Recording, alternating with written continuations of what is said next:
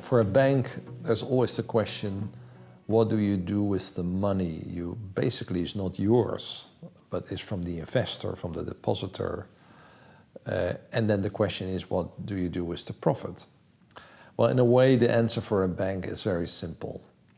What belongs to the depositor should go back to the depositor with a certain interest rate, what is very low today, but still. And the shareholder gets a dividend. A dividend is part of the return the banks make. If there is no profit, the shareholder will not have a dividend. The founders, 35 years ago, felt that there is a financial instrument needed, a bank, to provide the opportunity for people to deal more consciously with their money. So money is not just a commodity, it's something with energy, what can enable things. Triodos Bank has been growing. Profit is, of course, not our first priority. Our first priority is really to have impact, having the possibility through money to change the world. And the change is going through people. Money as such cannot do anything. It's always connected to people. So we are looking for entrepreneurs, social entrepreneurs, people who want to contribute to the quality of life for other people. We include the planet, the animals, the plants, the whole natural world. We have a responsibility for that. We're also part of nature. Economy and ecology are very close together. Actually, cannot talk about economy without ecology. And I feel we have sort of separated the two. I think more and more people can see that there is an enormous momentum going on. We have reached limits from a planet perspective. We cannot continue to grow as we did. We have to do it more consciously, more smart. I think as we continue to operate as we do today, as society, I'm afraid we will have more crashes. And a crash or a crisis we can learn from. And yes, we have always another chance. I'm quite optimistic about that. But we have to be careful that something like our planet has been taken into account in a much more conscious way. There is not an endless number of opportunities.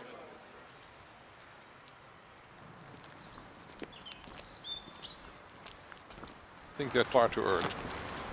Normally this is end of March, early April. So it's the climate. The crash of 2008 did not really change the bank. So listing on the stock exchange is not an option for Triodos Bank. We want to know who our shareholders are. We want not anonymous shareholders. And we don't want people to speculate on shares of Triodos Bank. We found a way of having a community of investors. There are 35,000 people and institutions, foundations, who have invested in Triodos Bank. We know who is selling, we know who is buying, we know who our shareholders are. It was really the close relation to the real economy what made the bank strong. People in the different countries we operate in ask us all sorts of questions.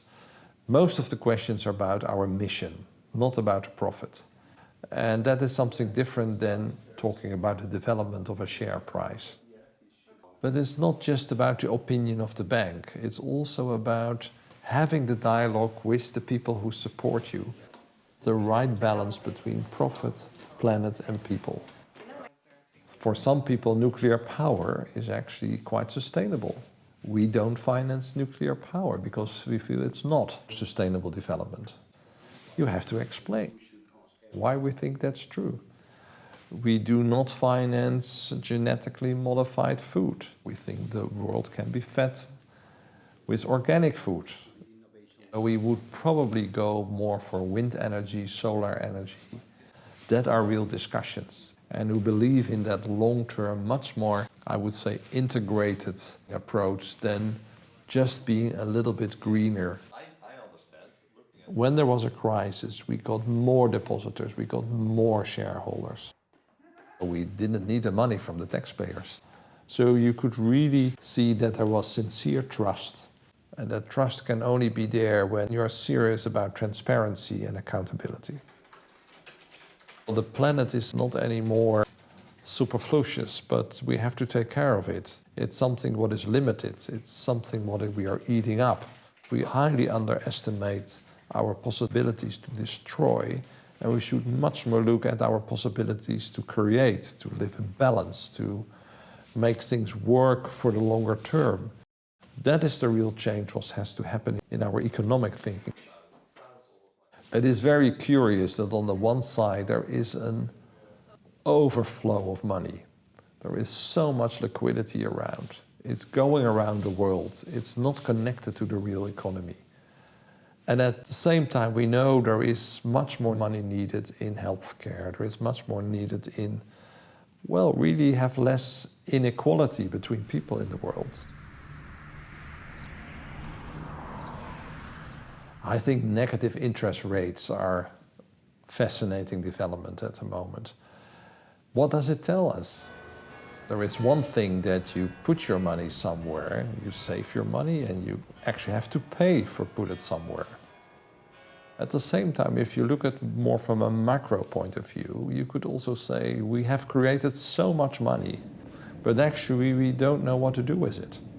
We cannot connect actually all this money what is available with entrepreneurship, and that's a new challenge. Negative interest rates confronts us with the fact that the value of money is not absolute. The value of money depends on the people who want to do something with it. If nobody does anything, money has no value. So we have to find a new balance between money and entrepreneurship. There are so many things we know we have to invest in education, in healthcare, in arts, in helping the planet, the quality of the soil so we can feed the world.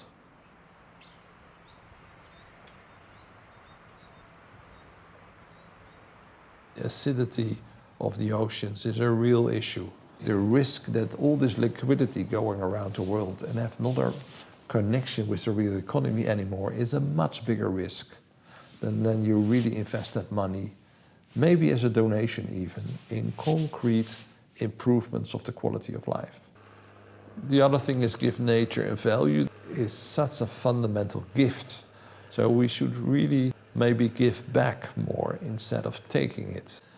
But what is interesting that many depositors actually have allocated the interest rates they received in the past to foundations and said, well, I want to support good causes. And I feel, beside the fact that we need to invest and have a return on investment, that there is also a need in society for gift money. That gift money is needed for new initiatives who do not bring an immediate return to the investor, but maybe bring a return to society at large. Maybe a return to people we even don't know in the world. The gift money return, so to speak, I think is a return we have forgotten about. It's something where you give money away without strings attached. And I'm sometimes worried that we move to a world where everything is commercialized. We brought back everything to a transaction with a price. And interesting enough, if we continue to do that, then in the end we are completely alone.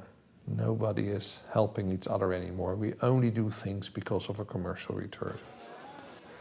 The whole notion of cooperation, of bringing people together, doing things together, that is something we can bank on.